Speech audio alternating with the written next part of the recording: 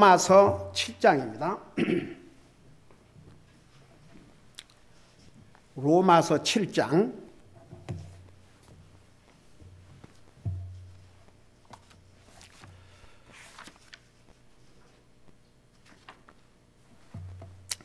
(4절부터) 6절까지 읽겠습니다. 4절부터 6절까지 우리 찾으셨으면 한 목소리 읽겠습니다. 4절부터 6절까지입니다. 시작. 그러므로 내 형제들아, 너희도 그리스도의 몸으로 말미암아 율법에 대하여 죽게 되었으니 이것은 너희가 다른 이 곧 죽은 자들로부터 일으켜지신 이와 결혼하게 하려 하며 또 우리가 하나님께 대하여 열매를 맺게 하려 함이라. 우리가 육신 안에 있었을 때에는 율법으로 말미암은 죄들의 활동이 우리 지체 안에서 작용하여 사망에 이르는 열매를 맺게 하였으나 우리를 붙들었던 것 안에서 죽었으므로 이제 우리가 율법에서 구출되었나니 이것은 우리가 영의 새로운 것 안에서 섬기고 율법 자구의 낡은 것 안에서 섬기지 아니하게 하려 함이라. 아멘. 앉으시 바랍니다. 자, 7장은 그리스도인과 율법과의 관계에 대해서 아주 자세하게 설명을 하고 있습니다. 그러면서 이제 그리스도인의 갈등에 대해서 말씀하고 있는데, 우리가 7장을 쭉 공부하다 보면 가령 예를 들어서 13절에 이런 말씀이 나와요. 여러분 13절 보세요. 거기 보니까 내가 행하는 것을 내가 인정하지 아니하노니 이는 내가 원하는 것은 내가 행하지 아니하고 내가 미워하는 것을 내가 행하기 때문이랴. 그 다음에 18절 보세요. 곧 내 육신 안에 선한 것이 거하지 아니하는 줄을 내가 아노니 원함은 내게 있으나 선한 그것을 어떻게 행하는지는 내가 찾지 못하노라. 19절. 이는 내가 원하는 선은 내가 행하지 아니하고 도리어 내가 원치 아니하는 악을 곧 그것을 내가 행하기 때문이라. 자, 이제 이거 우리 자세하게 이 부분에 가면 공부할 터인데, 진짜 예수를 믿고 구원받은 하나님의 자녀들에게는 우리에게 두 가지 속성이 있다고 그랬죠. 원래 타고날 때 물려받은 죄의 속성. 그래서 이 타고난 속성은 그 속성을 따라 살 것이 쉬워요. 가령 쉬운 예로 얘기하십시다. 사람이 게으르다는 것은 그건 본성입니다. 근데 부지런하려면 그 본성과 싸워서 부지런하도록 노력을 해야 됩니다. 그러면 사람은 쉽게 게을러집니다. 오죽하면 잠언 6장에서는 게으른 자여 개미에게 가서 배우라고 했습니다. 여러분, 게으른 자는 개미만 또 못하다 이거죠. 와, 개미 얼마나 부지런한 줄 아십니까? 그러니까 보세요. 우리가 사람이지만 짐승에게 배워야 될 것들도 참 많이 있다 이겁니다. 그러니까 우리가 그 육신의 속성, 예수님을 믿고 난 다음에도 육신의 속성이 없어지는 게 아닙니다. 우리 속에 그대로 있어요. 근데 이제 예수님을 믿고 구원받고 나면 우리에게 새로운 속성, Divine Nature, 하나님의 속성, 성령님의 속성이라고 그래요. 그 성령님의 속성이 우리에게 주어집니다. 왜? 우리가 예수님을 우리의 구주로 영접하면 하나님의 성령님께서 우리 속에 와 사신다고 그랬어요. 여러분 보세요. 우리가 왜 구원받은 하나님의 자녀는 정말 우리가 하나님 말씀에 순종하고 믿음으로 살아야 되냐 그러면, 영이신 하나님, 성령의 하나님께서 믿는 자의 마음속에 오셔서 우리가 하늘나라 가는 순간까지 우리와 같이 살아요. 근데 그 성령님을 성경은 슬프게 하지 말라고 그랬습니다. 그게 무슨 뜻이냐면 이런 뜻이에요. 가령 예를 들어서 자식이 부모를 모셨어요. 부모를 모셨는데 정말 그 부모를 사랑으로 공경하고 필요한 것을 공급해주고 그 부모와 사는 걸 기쁘게 여기면 그 부모가 얼마나 기쁘겠습니까? 근데 어쩔 수 없으니까 마지못해서 부모를 모시기는 했지만 이게 부담이 되거든요. 그러니까 그냥 인상 쓰고 그저 마지못해서 어쩔 수 없어서 그야말로 죽지 못해서 그러면 그 부모가 기쁘겠어요? 슬프겠어요? 슬프지요. 한번 생각해 봐요. 정말 예수님을 우리의 구세주로 믿고 영접한 하나님의 자녀들 속에는 하나님의 성령님이 계셔요. 사셔요. 그걸 신학적 용어로 indwelling of the Holy Spirit. 그래서 뭐 부모라도 아무리 부모라도 그래 이 자식한테 갔는데 이 자식이 별로 하는 것이 마음에 들지 않으면 떠날 수 있어요. 혹은 다른 자식한테로 갈 수도 있어요. 사람은 그렇게 싫으면 떠날 수 있어요. 근데 하나님께서는 성령의 하나님은 믿는 자의 마음속에 오시면 떠나실 않아요. 언제까지? 우리가 하늘나라 가는 순간까지. 그래서 성령님으로 우리를 인을 치신다고 그랬어요. 그러니까 여러분 보세요. 우리 속에 와 계시는 성령님이 바로 이 성경의 진짜 작가예요. 이 성경을 진짜 기록하신 분이 성령님이세요. 근데 우리가 구원받은 하나님의 자녀로서 이 하나님의 말씀을 읽지도 않고 듣지도 않고 사랑하지도 않고 순종하지도 않는다 그러면 우리 속에 거하시는 성령님에게 부모 자식 관계로 말하면 불효도 이런 불효가 없지요. 성령님을 슬프게 되는 것이죠. 여러분 생각해 보세요. 이왕 자식이 부모를 모시면서 부모를 기쁘게 해드려야지 부모를 슬프게 한다면 그게 뭔 자식입니까? 이왕 예수님을 믿고 구원받은 하나님의 자녀라면 우리 속에 와 계시는 하나님의 성령님을 슬프게 해서는 안 되죠. 성령님을 즐겁게 드려야죠. 기쁘게 드려야죠. 그게 하나님의 자녀로서 바른 자세입니다. 여러분 잠깐 에베소 4장 3절인가를 보세요. 에베소서 4장 30절.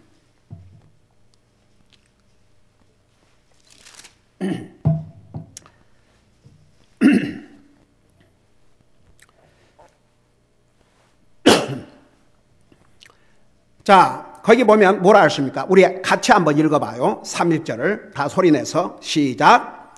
하나님의 거룩한 영을 슬프게 하지 말라. 그분으로 말미암아 너희가 구속의 날까지 봉인되었느니라. 자, 이 말씀이 무슨 얘기냐 이런 뜻이에요. 하나님의 거룩한 영, 바로 성령으로서 하나님이십니다. 우리 삼위일체 하나님에 대해서 옛날에 자세하게 설명했죠.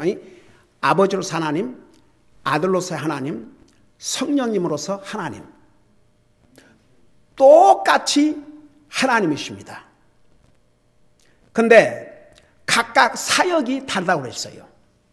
가령해서 우리 인생의 구속을 위해서 아버지로서 하나님은 쉽게 말하면 디렉터, 우리 인생의 구원 전체를 리드하신 분이고, 성령님으로서 하나님은 하나님 아들로서의 하나님이 사람의 몸으로 이 땅에 탄생하시도록 임신을 하게 하시는 사역을 하셨고, 그리고 예수님은 아들로서 하나님은 사람의 몸으로 이 땅에 오셔서 나와 여러분이 범한 죄를 대신해서 십자가에 돌아가셨습니다. 왜? 죄의 값은 죽음이기 때문에 우리 죄의 값으로. 그래서 사역이 다 달라요. 그리고 이제 우리 예수님, 아들로서 하나님 예수님께서 이 땅에 와 계실 때는 성령님의 사역이 아직 시작 안 됐어요. 구약 시대 때는 성령님이 하시는 일이 뭐냐 그러면 필요할 때 와서 도와주시고 떠나셨어요. 가령 삼손이 팔레스타인 적들과 싸우는데 나귀 뼈 하나로 1000명을 쳐 죽였어요. 왜? 성령님께서 그에게 임하심으로. 그런 다음에 사무엘 안에 계속 성령님이 계신 게 아니라 그 사역이 끝난 다음에는 가셨어요. 그게 구약시대 때의 성령님이 하시는 사역이었습니다. 그러나 신약시대 때는 달라요. 성령으로서 하나님이 예수님을 믿으면, 예수님을 영접하면 그 예수님은 지금 하늘나라 계셔요. 아버지 하나님 우편에 앉아 계십니다. 그 대신 성령으로서 하나님께서 믿는 자의 마음속에 오셔서 사셔요. 그러니까 참 보세요. 이 성령님으로서 하나님은 우리가 말을 안 듣는다고 싫다고 떠나시고 그러신 분이 아니에요. 끝까지 우리와 함께 사셔요. 근데 그 성령의 하나님을 슬프게 한다. 이건 하나님의 자녀로서 해서는 안 될 일이죠. 그래서 여기 보세요. 하나님의 거룩한 영을 슬프게 하지 말라. 여러분 보세요. 우리 하나님은 퍼스널리티를 가지고 계셔요. 이모션이 있으세요. 그 이모션 하나님께서 우리에게 주신 것입니다. 하나님, 여러분 보세요. 창세기 6장에 하도 백성들이 죄를 범하고 악을 행하니까 슬퍼하셨다고 그랬어요. 여러분, 구속받은 하나님의 자녀들이 우리와 함께 사시는 하나님의 성령님을 슬프게 한다. 이게 해야 될 일입니까? 해서는 안 되죠. 자, 그래서 보세요. 여기에 슬프게 하지 말라. 그분으로 말미암아 너희가 구속의 날까지. 여기에 구속은 육체의 구원을 가리켰습니다. 보세요. 우리가 예수님을 영접하고 구원받음으로 영적으로 우리 영혼이 구원받았습니다. 그러나 아직 육체는 구원받지 않았습니다. 이 육체는, 믿는 사람의 육체는 언제 구원을 받느냐 그러면 언제 구원받아요? 주님이 공중에 임하실 때. 주님이 공중에 임하실 때 우리가 이 육체가 영광의 몸으로 부활을 받습니다. 그러니까 보세요.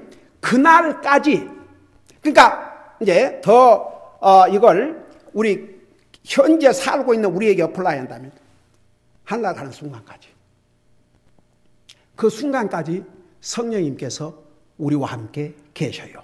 우리 예수님께서 하늘나라 가시기 전에 제자들에게 그랬죠.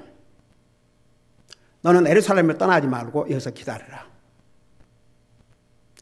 성령님께서 너희에게 임하시면 너희가 권능을 받고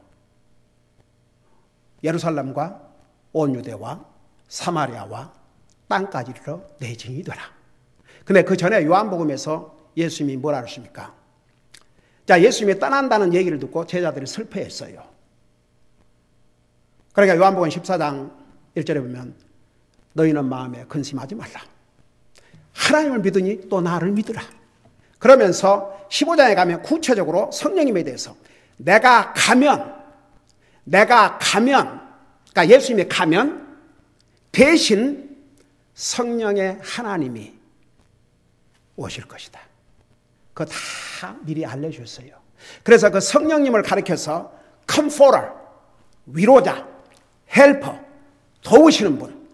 그래서 나는 가지만 성령의 하나님께서 오셔서 너희들을 위로하시고 너희들을 도와주시고 너희들을 진리 가운데로 인도하실 것이다. 그래서 주님의 그 약속대로 성령님이 오셨어요. 예수님께서 부활하셔서 40일 동안 계셨는데 40일 동안 계셔서 예수님께서 부활하심을 친히 보여주시고 하늘나라 가신 지 열흘 만에 오순절날 성령님께서 임하셨죠. 지금은 어떤 사람이 자기의 죄를 고백하고 예수님을 자기 마음속에 영접하면 바로 그 순간에 성령님이 오셔요. 그래서 이제 예수님 믿고 구원받은 하나님의 자녀들은 두 가지 속성을 갖고 살게 됩니다. 옛날 태어날 때 죄의 속성, 그게 없어지질 않아요. 우리 육체적으로 육체가 구원받을 때까지, 하늘나라 가는 순간까지. 그러니까 우리 속에 두 속성이 존재합니다. 근데 보세요. 타고난 죄의 속성을 따르는 것은 so easy, 쉬워요. 죄를 범하고 해서는 안 될 것 하고. 여러분 보세요. 사람들이 해서는 안 될 것은 하고 싶어 해요. 그리고 해야 될 것은 노력하지 않으면 잘 안 돼요. 왜 그런 줄 아세요? 우리 속에 죄의 속성이 있기 때문에. 그럼 보세요. 어떤 사람이 정말 참 비참한 그리스도인이요, 어떤 그리스도인이 참 행복한 그리스도인이요, 어떤 그리스도인이 참 맨날 패배하는, 맨날 지고 사는 패배의 그리스도인이요, 어떤 그리스도인이 승리의 그리스도인이냐, 이렇게 딱 구별돼요. 타고난 죄의 속성을 따라 사는 사람은, 이 사람은 패배의 그리스도인이고 불쌍한 그리스도인이에요. 근데 성령님의 속성을 따라 사는 그리스도인은 행복한 그리스도인이고 승리의 그리스도인이에요. 그러면 이제 보세요. 그래서 지난번에도 서두에서 얘기했지만 이 갈등이라는 것은 죄의 속성을 따라서 사는 그런 사람들에게는 갈등이 없어요. 뭐 죄의 속성대로 사니까 하고 싶으면 하고 말고 싶으면 말고. 그런데 무슨 갈등이 있겠습니까?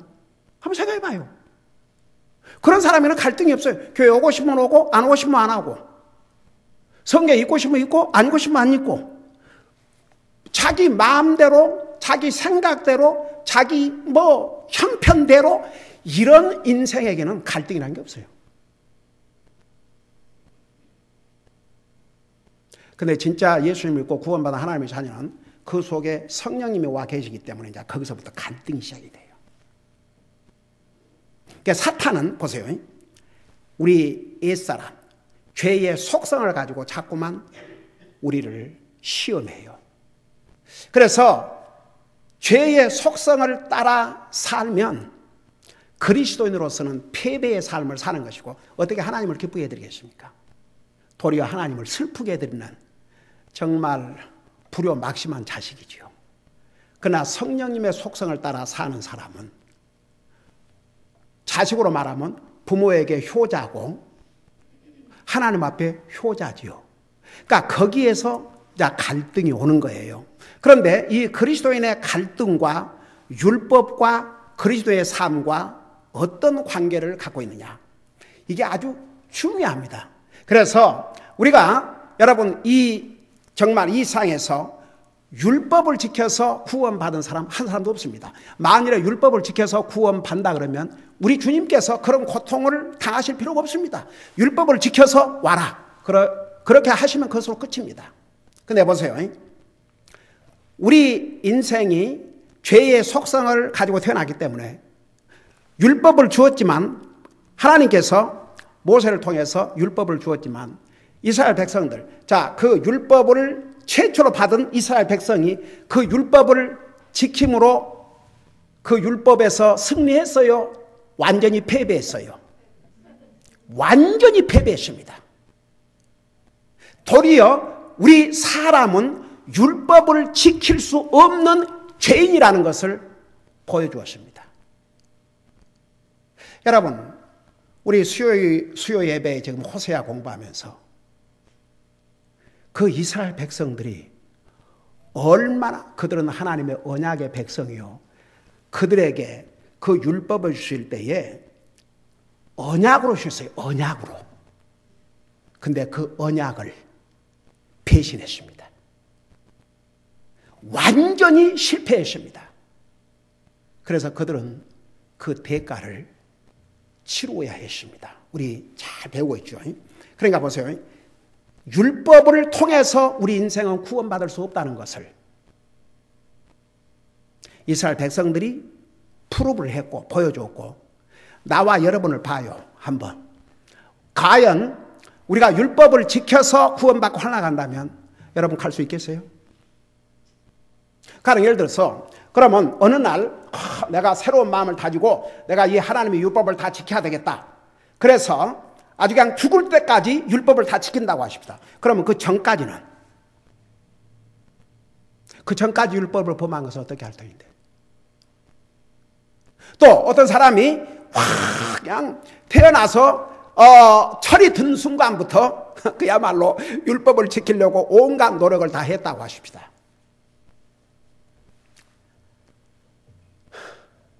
여러분, 사울이 바울 되기 전에 율법 잘 지킨 사람이었어요? 잘 못 지킨 사람이었어요? 아주 잘 지킨 사람이었어요. 그는 적어도 사람 앞에서 율법 아래서는 흠이 없었다고 그랬어요. blameless. 그 다음에 보세요. 우리 예수님께 부자 청년이 찾아왔어요. 예수님을 향해서 선생님이요, Master, How can I have eternal life? 내가 어떻게 해야 영생을 얻으리까? 우리 주님은 하나님이시기 때문에 그 젊은이의 마음을 다 알고 계셨어요. 율법을 지키라. 근데 그 율법 중에 1계명부터 4계명, 하나님과의 관계에서는 아예 예수님께서 언급도 안 하셨어요. 근데 5계명부터 10계명까지 그 계명을 얘기를 했어요. 그러니까 이 젊은이가 뭐라 그랬어요? 아, 그 계명 말입니까? 그 계명들은 제가 어린 아이 때부터 다 지켰습니다. 제게 그 이상 뭐가 더 필요합니까? 그래서 이 젊은이는 보세요. 아주 셀프 라이처스니스. 자기는 사람 앞에 율법을 범한 적이 없고 5계명부터 10계명까지 잘 지킨 사람이니까 하나님께서, 그러니까 예수님께서 그에게 너는 됐다. 너는 율법을 잘 지켰기 때문에 이미 영생을 얻었다. 그런 얘기를 듣고 싶어서 온 것 같아요. 그러니까 예수님께서 이 젊은이에게 뭐라 그랬어요? 그래, 너가 어려서부터 이렇게 율법을 잘 지켰다면 네가 그것을 증명해라. 내 재물을 팔아서 가난한 자들에게 주고 나를 따라오라. 그걸로 끝난 게 아닙니다. 그러면 하늘에서 상급이 클 것이라고 했어요. 이 말들은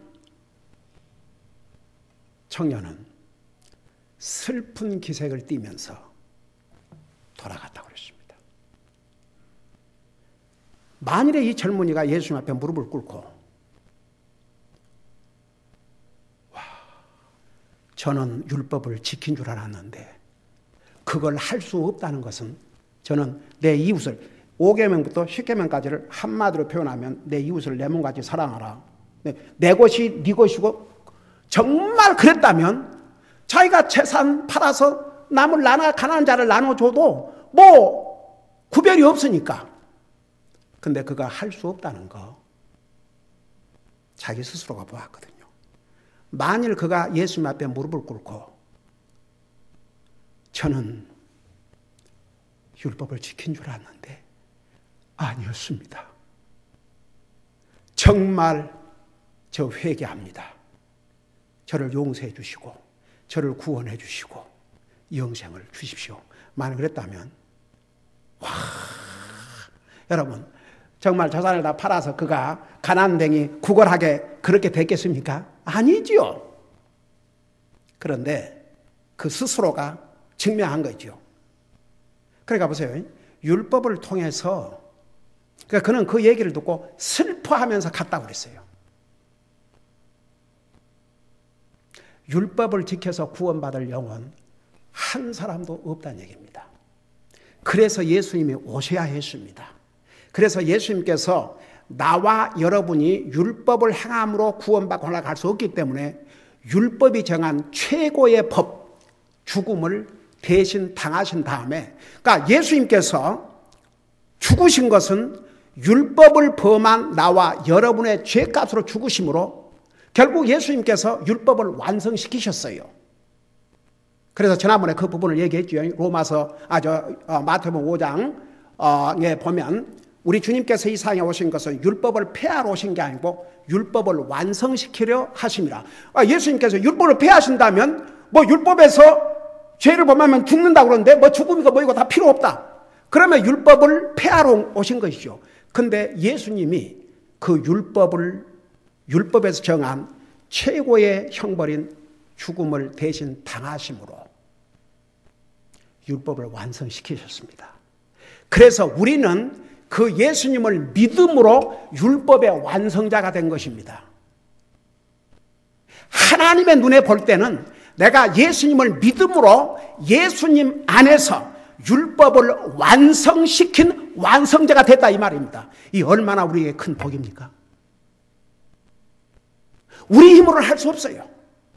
여러분, 하나님께서 한번 정한 율법을 어기면, 하나님 스스로 주신 율법을 하나님 스스로 어긴다 그러면 그건 공의 하나님이 아니지요. 그러니까 하나님께서 죄가 없으시고 죄를 알지도 못하신 아들이신 하나님 예수 그리스도를 통해서 율법을 어긴 값을 치르게 하신 다음에 그 예수님을 통해서 우리가 구원받고 예수님을 통해서 율법을 어기고 살았던 우리가 율법을 완성할 수 있는 길을 열어주신 것이죠. 그래서 보세요.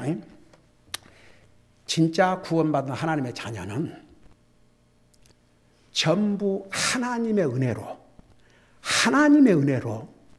우리가 율법으로부터 해방을 받고 율법의 저주 아래서 구속받고 예수 그리스도를 통해서 율법의 완성자가 됐기 때문에 어떻게 살아야 되느냐. 이제는 뭐 율법을 안 지켜도 구원받고 하려니까 뭐 하나님 말씀 뭐 지킬 필요도 없고 내 마음대로 그 반대가 되는 거죠. 그래서 정말 주님을 진짜 믿고 구원받으면 진짜 달라지는 거죠. 그래서 우리 로마서 6장에서 배웠지요. 전에는 죄의 종 노릇을 했지만 구원받기 전에는 예수님을 믿고 구원받은 다음에는 의의 종 노릇, 하나님의 종 노릇. 그래서 이제 하나님의 종이 되는 거죠. 그래서 지난번 우리 로마서 6장 공부할 때 목사만 하나님의 종이 아니고 그런 면에서 예수 그리스도를 통해서 구원받은 모든 하나님의 백성들은 이제는 하나님의 종으로서 하나님을 섬기고 의로운 삶을 살아야 되고 그게 새 사람, 새로운 피조물의 삶인 것입니다. 제가 무려 한 달 동안 4번에 걸쳐서 새해를 맞이해서 새로운 피조물이라는 뜻이 무엇인가 아주 자세하게 전달을 했습니다. 예수 그리스도 안에서 새로운 피조물이 된 사람은 여기부터 달라져요. 여기 생각부터 달라집니다. 하나님은 먼저 생각합니다. 주여, 저 제 가족 사랑합니다. 저는 순서가요, 하나님 먼저, 내 가족, 우리 성도들. 어떤 목사가, 한국 목사가, 아이고 주여, 저는 제 가족보다 여러분들을 사랑합니다. 진짜 웃기고 있네. 그런 목사 가짜예요. 그럴 수가 없어요. 순서가 틀렸어요. 가족을 사랑할 줄 모르는 자가 다른 영혼 말만. 저는 하나님 먼저, 그건 타협할 수 없어요. 그 다음에 내 가족, 그 다음에 우리 성도들. 저는 내 가족을 사랑합니다. 주님 다음으로. 그 다음에 우리 성도들.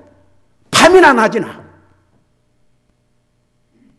여러분, 한 사람 한 사람 이름을 들어가면서 날마다 기도합니다.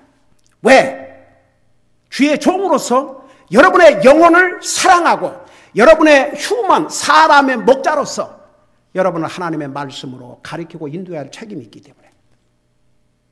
근데 책임만 가지고 하는 게 아니에요. 솔직히 말해서. 책임만 가지고 하면 목회처럼 힘든 게 없을 겁니다. 여러분, 베드로에게 너는 나를 사랑하느냐? 예수님 질문하셨죠. 사랑합니다. 너는 나를 사랑하느냐? 사랑합니다. 너는 나를 사랑하느냐? 제가 주님을 사랑하는 것을 주님이 아십니다. 3번 다 예수님이 뭐라고 답변했습니까? 내 양을 먹이라. 어린 양을 먹이라. 내 양을 먹이라. 내 양을 먹이라. 저는 주님을 사랑하기 때문에 최선을 다해서 하나님의 양들을, 하나님의 백성들을 먹이려고 합니다. 먹여줄 때 받아 잘 먹어야 됩니다. 잘 소화를 해야 됩니다. 설사하지 말고, 아무리 좋은 음식을 먹어도 설사하면 그 몸에 전혀 유익이 안 됩니다. 하나님 말씀 듣는 자세부터 똑바로 해서 하나님 말씀을 믿음으로 받고 잘 먹어야 됩니다. 그래야 내 영적인 영양분이 돼서 내 영적으로 강해지고 성장하고 주님을 위해서 살게 됩니다. 그리고 그것이 기쁨과 즐거움이 되게 됩니다. 그런데 하나님 말씀 듣는 것부터 제대로 듣지 않는 자는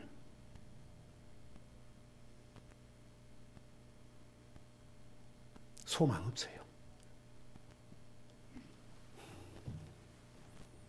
왜 예수님께서 귀 있는 자는, 귀 있는 자는, 귀 있는 자는, 요 귀가 없어서 예수님이 그러신 게 아니에요. 하나님의 말씀을 들을 만한 귀가 없기 때문에. 그러니까 참 하나님께서 참 어메이징이죠. 어메이징. 이렇게 그동안은 정말 우리 동족을 위해서 있는 힘을 다해서 36년 동안 복음을 전해왔습니다. 어제도 전도지 여러분 다 전했죠? 거의 매주. 정말 이 지역에 사는 한국 사람들은 변명할 여지가 없습니다. 수많은 집의 문을 반복해서 두드렸고 수많은 전도지들을 한국 마켓 혹은 그들의 집 앞에 다 전달했습니다. 그런데 여러분 관심 없어요? 그러니까 느닷없이 물리학 박사인 제 조카 30년 전에 제가 전한 복음을 듣고 구원받았는데 32년 동안을 페이스풀하게 그리고 매주 나가서 전도하다가 이 팬데믹 때문에 할 수가 없으니까 그 마음에 버든이 생겨가지고 자기가 소셜미디어를 통해서 공어머님이 전하는 메시지를 많은 사람들에게 듣게 함으로써 한 영혼이라도 주님 앞으로 인도하도록 하겠습니다. 그래서 지난달에 35개국 나라에 3만 5천 명에게 35개국 나라에 3만 5천 명에게 이 복음을 전할 수 있는 기회를 주셨는데 그 느닷없이 우리 브라더 줄리아는 외국 사람 아닙니까? 와서 첫날부터 하나님의 말씀에 귀를 기울이더라고요. 하나님 말씀에 귀를 기울이는 영혼을 보면 그 소망이 있다니까요. 그러더니 하나님께서 그 마음을 감동하셔서 이런 좋은 살아계신 하나님의 말씀을 여기에서만 끝나면 안 되겠다. 제가 그 브라더 줄리안이 무슨 일을 하는지 뭘 하는지 저는 알지도 못했습니다. 저는 리타이어 한 줄 알았어요. 그래서 이제 리타이어 했냐고 그러니까 아니라고 아직도 일하고 있다고 그러면서 자기를 소개하는데 지난 30년 동안 이 방송국 그래서 이번 미팅에서 처음에는 이제 자기가 현재 그 위치할 수 있는 그 사람들에게 이렇게 내보내기로 했는데 이번 미팅을 통해서 한번 생각해 봐요. 그 로쿠 6천만 명의 서브스크라이버를 가지고 있고 애플 TV 토탈 합해서 2억 200 밀리언 피플.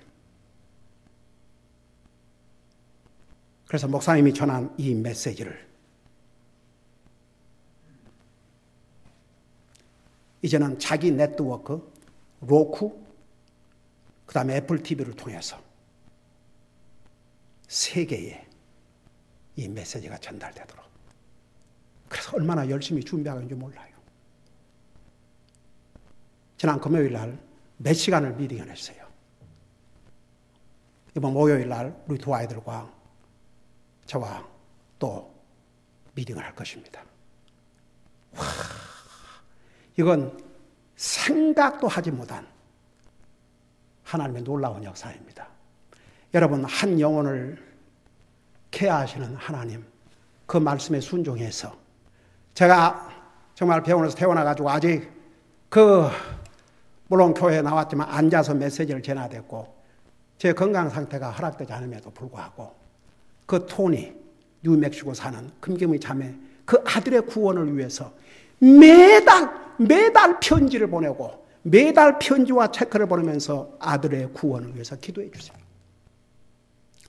어느 날 기도하는데 주님께서 네가 직접 가서 전해라. 그 말씀에 순종하고 제 가족을 데리고 가지 않습니까? 그래서 이제 그 영혼이 구원받고 근데 이제 그 당시에 이제 이렇게 뭐 때문에 팬데믹 때문에 교회 나가기가 힘들었지만 그래도 가서 이제 복음을 전하고 당장 교회를 못 나가니까 그 김경미 자매님은 바로 교회를 나가기 시작했고 그래서 이제 지난 주일까지 줌을 통해서 기본적인 교리를 가르쳤습니다. 그래서 이제 교회를 나가기로 했는데 그래서 그 소개한 교회는 우리 한국 교회로서는 이런 교회가 없으니까 미국 교회, 우리와 똑같은 그런 미국 교회를 소개를 해가지고 어제 그 목사님과 통화를 했는데 내가 전화해서 메시지를 남겼는데 서로 인해나고 하다 바쁘다 보니까 켜지를 못했는데 어제 전화가 왔어요. 그래서 그 얘기를 다 해주니까 그 목사님도 너무너무 감동받고 우리 서로가 다 왜냐하면 영혼을 우리와 같은 노선의 그 주의 종들은 그 영혼을 케어하기 때문에 The most important ministry is to care for the souls.